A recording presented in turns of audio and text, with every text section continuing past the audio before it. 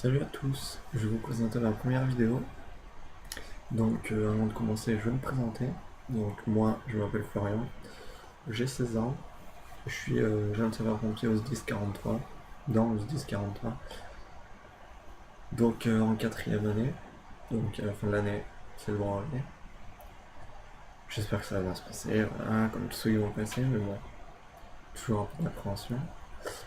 Donc, je vais vous présenter rapidement la chaîne. Donc ça va être une chaîne consacrée aux pompiers, vous l'aurez deviné,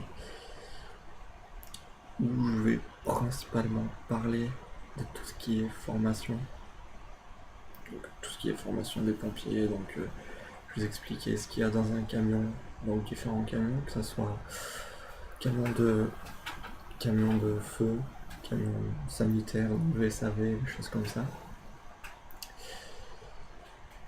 Voilà, les VTU, les véhicules qui transportent pas mal de matériel. Voilà, donc si vous avez des questions, n'hésitez pas à m'envoyer un message, je vous répondrai toujours.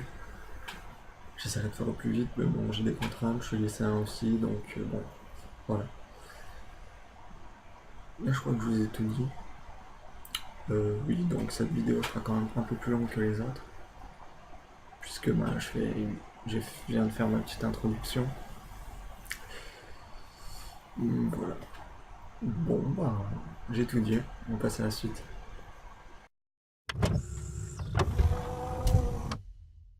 Nous voilà donc pour la suite de cette vidéo.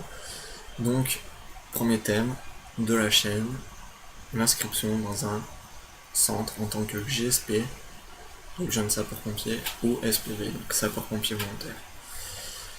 Donc moi, je suis allé en caserne dimanche dernier, afin de récupérer les papiers pour pouvoir m'inscrire, parce que ça a beau faire 3 ans que je suis dans la caserne, j'ai toujours besoin d'une inscription chaque année. Donc mes papiers sont ici. Donc tout d'abord, je tiens à vous dire qu'il faut donner de vous-même, faut, faut donner de soi quoi pour pouvoir déjà être pompier et GSP, parce que ça prend pas mal de temps. Faut savoir que suivant les départements, donc moi je parle pour le SDIS 43, donc la Haute-Loire, et ça dépend aussi des centres. Ça dépend des centres. Je sais que le mien, c'est à partir de 12 ans. 12 ans, oui, qu'on peut rentrer en tant que jeune sapeur-pompier. Après, suivant les départements et les centres, ça peut être 11 ans, 13 ans, ça dépend, il faut vous renseigner. Ça, je peux pas savoir pour tous les centres, de tous les 10, ça fait un peu beaucoup. Du coup, voilà, faut prendre sur vous. Parce que moi, par exemple, je prends moi comme exemple, c'est le dimanche matin, donc il faut se lever tôt, sachant que le dimanche, c'est presque le seul jour du week-end disponible. Ça prend toute la matinée, mais bon, voilà, c'est un choix. Après, il faut être motivé aussi, si vous l'êtes pas, ce sera un peu dur. Parce que c'est comme l'école, faut apprendre des choses.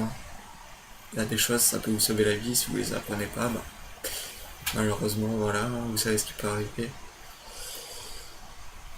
Donc voilà, donc j'espère que je vous ai pas fait peur avec ça pour ceux qui voulaient s'inscrire, mais non, franchement, ça se passe bien en général pour tout le monde. Donc voilà, j'ai récupéré mes papiers. Donc déjà, il demande un certificat médical, donc pour savoir si vous êtes apte ou pas à la pratique de l'activité de jeune sapeur-pompier.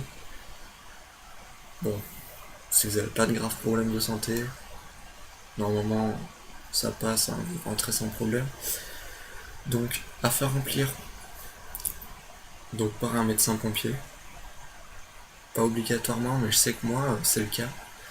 Donc en plus, vu que cette année je passe le brevet, faut que je faut que j'aille au SDIS afin de passer la visite médicale comme tout sapeur-pompier normaux entre guillemets, puisque bon, en tant que j'espère, on est bien normaux, voilà.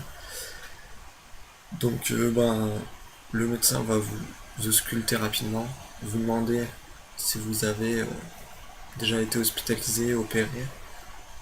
et jugera lui-même si vous pouvez pratiquer l'activité ou si vous pouvez pas. Voilà. Bon, ça se passe bien en général, hein, vous le savez si vous pouvez ou pas. Hein. Si vous avez un problème au niveau des articulations, ça sera plus dur que quelqu'un qui est en parfaite forme. Voilà. Donc certificat médical, où est mentionné le nom du docteur, votre date de naissance, la section où vous êtes, où vous allez, votre nom, voilà. Donc ensuite, toujours dans pas le secourisme, mais tout ce qui est médical, si jamais il vous arrive un grave problème en manœuvre ou au sport, voilà, et que vous êtes avec le pompier, il faut signer un papier. Donc c'est un papier d'hospitalisation et d'opération d'urgence. Donc si jamais vous faites mal avec, je sais pas, un outil que vous avez mal utilisé, voilà, c'est un papier qui dit que vos parents savent que les pompiers peuvent, au cas où, vous transporter vers le centre hospitalier le plus proche ou suivant ce que vous avez, vers un centre hospitalier adéquat. Donc il est demandé sur ce papier le numéro de téléphone de vos parents, au cas où, pour les prévenir si jamais vous avez quelque chose. Le médecin de famille, voilà. Donc c'est juste en cas de prévention, hein, ça arrive pratiquement pas, mais si vous avez un problème, au moins ils peuvent direct intervenir.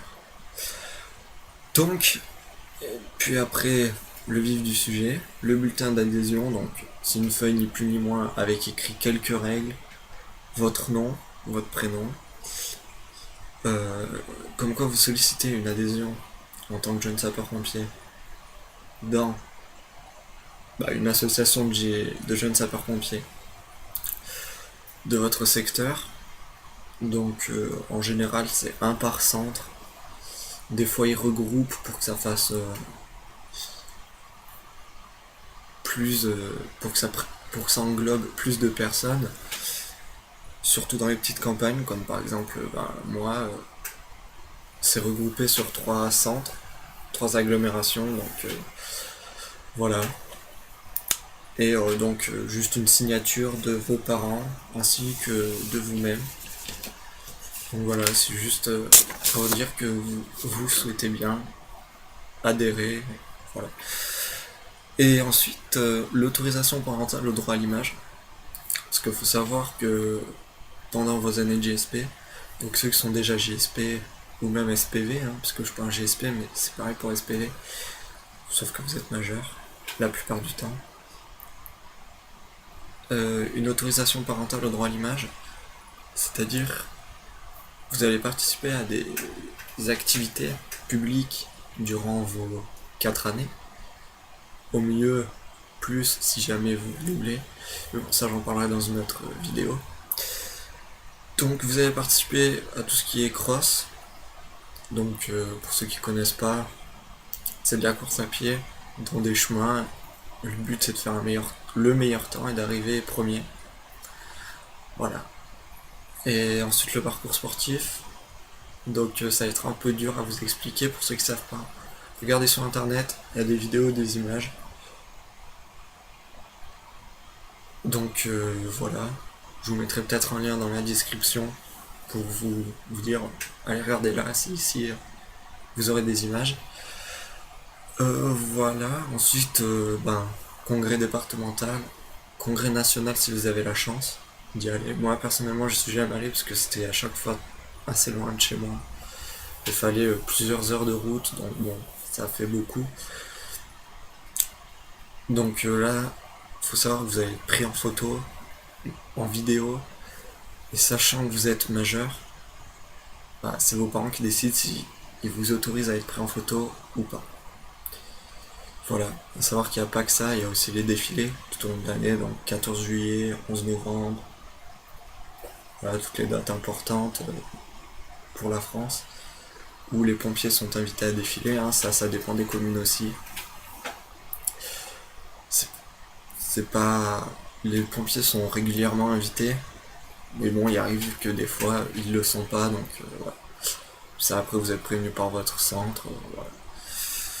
Donc voilà, et une fois que vous avez rempli tous ces papiers, ils sont ramenés au centre de secours afin de pouvoir vous enregistrer et d'envoyer votre dossier au SDIS pour certifier que vous êtes bien jeune sapeur-pompier et que voilà. Ensuite, pour ce qui est sapeur-pompier volontaire, j'ai pas de papier parce que malheureusement je rentre pas sapeur-pompier volontaire, hein, ça sera l'année prochaine. Mais c'est à peu près le même principe, hein, sauf que vous êtes majeur, vous avez 17 ans dans le meilleur des cas, donc vous avez visite médicale à passer quand même, c'est obligatoire. Des épreuves sportives, il me semble, pour garder votre endurance physique, ça j'en suis pas sûr, ça dépend des SDIS aussi peut-être. Voilà, après vous avez des entretiens avec les chefs de centre. Le chef de centre, hein, on n'a qu'un seul dans un CS, dans un centre. Voilà, puis après vous passez des formations comme les jeunes sapeurs-pompiers. C'est pareil, sauf que c'est sur un temps plus long. C'est pas 4 ans, c'est quelques semaines, quelques mois même. Et ça se passe assez vite. Après, moi je peux pas tout vous donner comme conseil, hein, faut voir, ça dépend des 10 des centres. Donc faut aller vous renseigner, faut pas hésiter. Puisque faut savoir que les pompiers recrutent vachement. Ça manque quand même de personnes, il y a de moins en moins d'engagement. Il y a de plus en plus de risques aussi, hein. Le feu est de plus en plus virulent, les accidents sont de plus en plus graves. Voilà, après il faut toujours des gens pour aider, hein. Voilà. Donc pour ceux qui savaient déjà tout ça, ne vous inquiétez pas, les autres vidéos vous apprendront peut-être des choses, je l'espère. Et puis voilà, il faut savoir que c'est un peu une vidéo introductive de la chaîne. Un premier contact, comme on dit. Puis voilà, donc si jamais vous avez des questions à propos de tout ça, n'hésitez pas. Envoyez-moi un message, je vous répondrai. Si je sais pas, je sais pas, hein, on peut pas tout savoir, on est humain, hein, avant tout. Donc voilà, mais je pourrais vous aider sur pas mal de choses, vous conseiller même, si vous avez des choses à me demander. Et puis voilà, je vous remercie, et je vous dis à la prochaine. Prenez soin de vous.